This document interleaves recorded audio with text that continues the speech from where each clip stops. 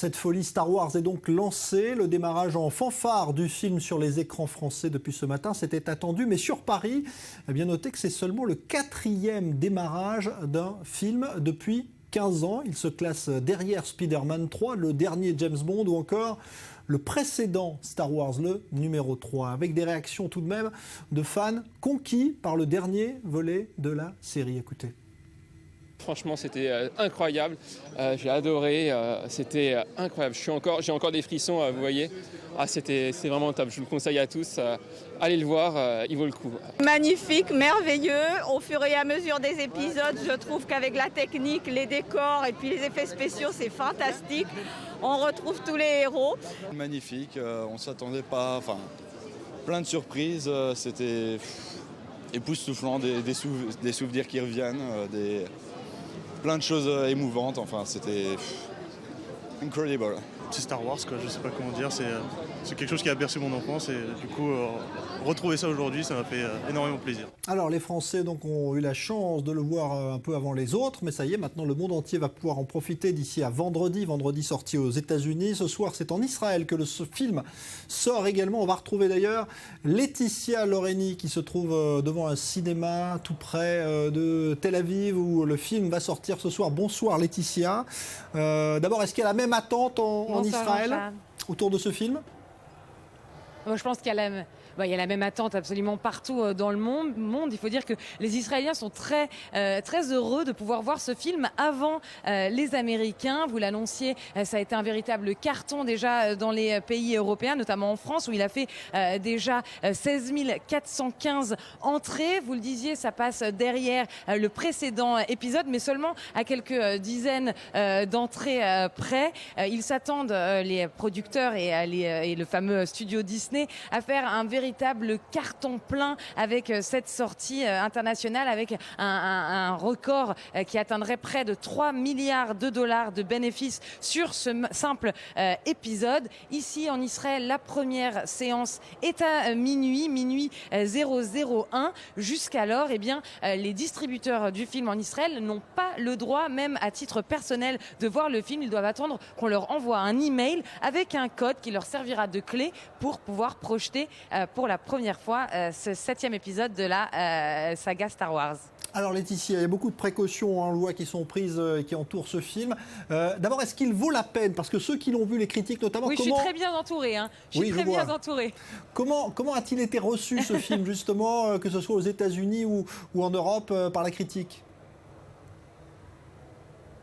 Alors, en Israël, ici, on ne voit pas forcément de grandes mesures de sécurité à l'entrée des cinémas, à part des vigiles qui vérifient les sacs, mais c'est très habituel ici en Israël. Effectivement, je n'étais pas en France pour voir les dispositifs de sécurité, ni aux États-Unis. Le film ouvre aux États-Unis à partir dans la nuit de jeudi à vendredi, la séance de minuit 001 également.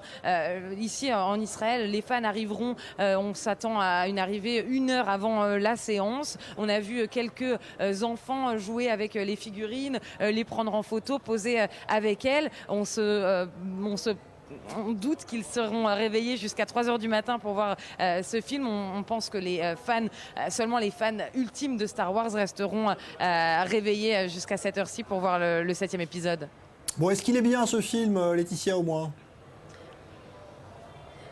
Alors moi je ne l'ai pas encore vu, effectivement je suis en Israël, j'attends comme tous ces autres fans la séance de minuit 01, mais selon les premières réactions, et on a entendu les fans parisiens il y a quelques minutes, c'est un véritable même chef-d'œuvre, on pourrait dire. J.J. Abrams reprend le flambeau grandiosement.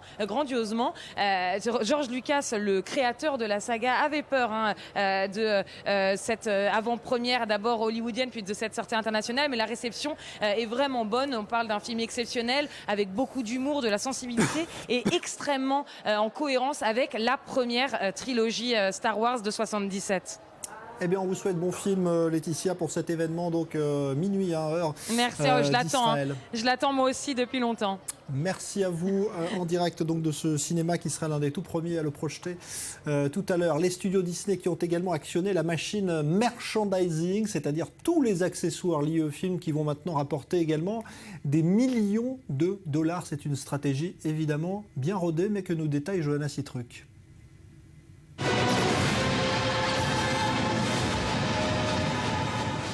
C'était sans doute le film le plus attendu de l'année.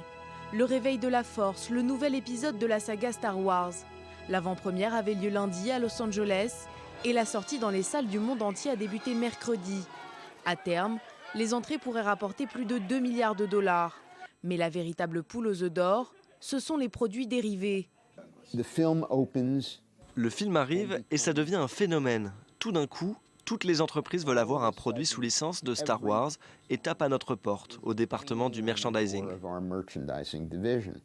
Des jouets aux vêtements, en passant par la nourriture ou même un dentifrice. Tout le monde veut profiter du pouvoir de Star Wars.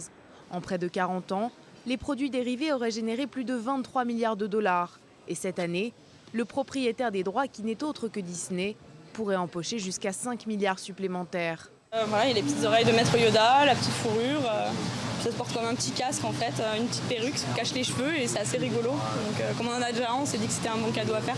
Un succès qui devrait faire le bonheur des collectionneurs. De simples figurines achetées au début de la saga peuvent maintenant coûter très cher. Un enfant aurait acheté ça pour 59 centimes et aujourd'hui ça peut atteindre 10 000 pounds. Début décembre, une vente aux enchères d'objets Star Wars était organisée à New York. Quelques 600 articles ont trouvé preneur pour un montant total de plus de 500 000 dollars.